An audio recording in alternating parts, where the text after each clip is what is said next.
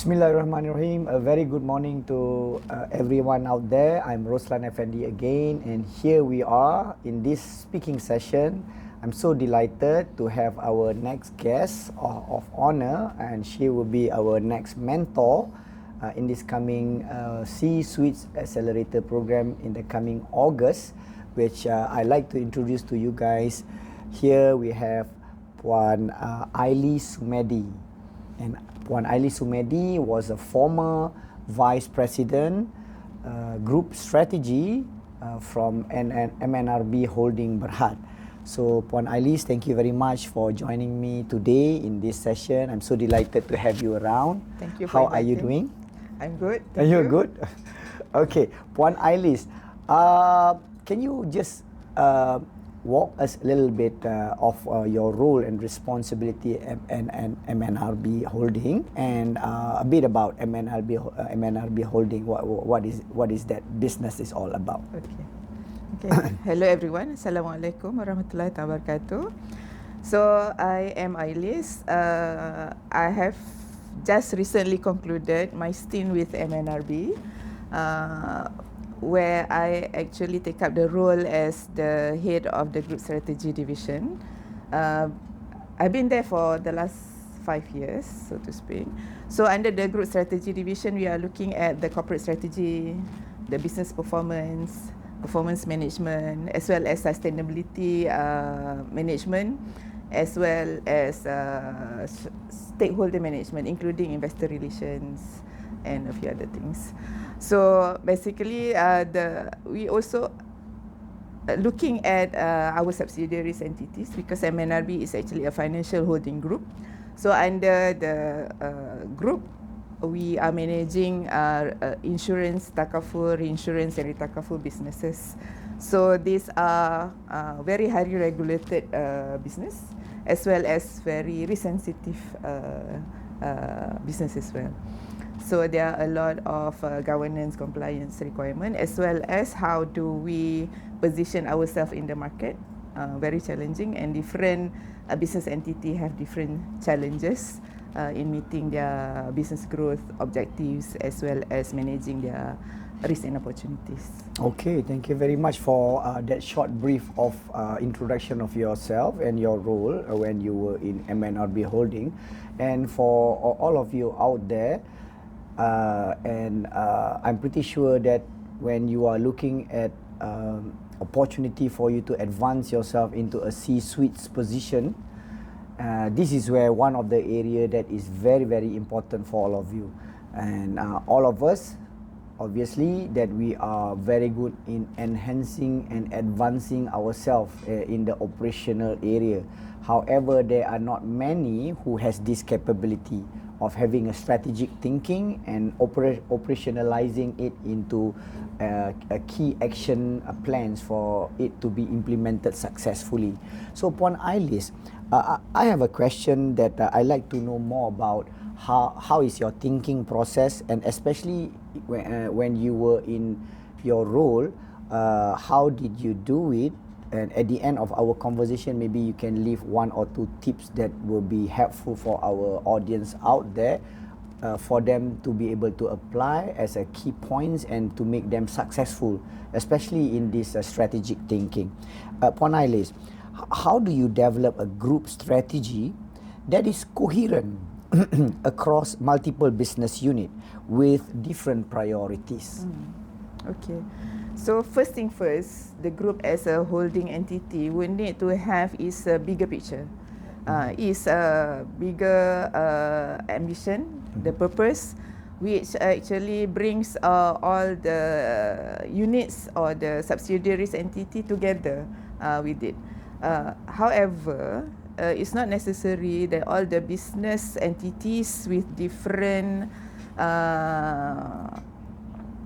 business scope actually to take up the same initiatives as what the group at the holding level would do, because they carry different challenges, different market realities, different customer expectation. So what coherence means here is not sameness. but it's more of the alignment to the bigger picture. Set at the group level. What is the group statement of purpose? So the entity at the entity level, we are trying to achieve the same objective. However, the mechanism, the mechanics, the approach needs to be catering to the specific business units realities in terms of addressing the challenges, the risks and opportunities, and so on. Okay, thank you very much for walking us through your thinking process. If I can conclude that, being a senior leader, especially for our audience out there, for them to be able to have this new set or an enhanced set of skills, which is more strategic rather than operational, is very much important for them to look into on how they can align their individual initiative to the group vision, missions and values, isn't it, Puan Ailis? Yes. So in your line of work, can you just share with us maybe one example, real life example that you have encountered that it is memorable for you, what you have done as an initiative that is very much aligning to the group vision missions for MNRB Holding. Is there any that you can share with us? Okay, I think maybe I will put it in terms of how do we manage the diverse challenges that each entity is facing, and in order, but at the same time aligning it to what the group is expecting. For example, let's say the group is putting one of the expectation to put MNRB as an example. So we have a statement of purpose. We protect everyone. We are in the insurance industry, takaful industry. So we want to protect everyone so that everybody has that resilience to bounce back from the adversities that they are facing and things like that. So they can put them back in the position, move on with their lives after facing those adversities. So we want to, as much as possible, protect everyone. But in terms of the business strategies, it's very different, or the market realities for each entities is very different. So how do we approach, who are the everyone that we want to bring on board? So at times, there may be an easy way out for the entity to get the higher risk participants, for example, to come on board. Let's say the sick people at the hospital to prescribe or to participate in our medical and health policies, because it's very easy to influence them to do so. But to the company, to the group, these are the high risk group, so which will carry a different set of capital requirements and regulatory expectations and so on, and at the end of the day may impact the ROE. So in this scenario, the strategic leaders would need to balance in terms of how many people you want to bring in and what is the financial result at the end of the day. So managing the different stakeholders within the group, not only the specific entity, is a challenge where the KPI here is to get the business. The KPI here is to get to a reasonable ROI. So the two managing the two stakeholders is where the strategy leaders come about, so that everybody can agree on a certain level of understanding and to balance both the expected outcome here as well as the expected outcome at the group. Okay, thank you very much for sharing your thoughts for that.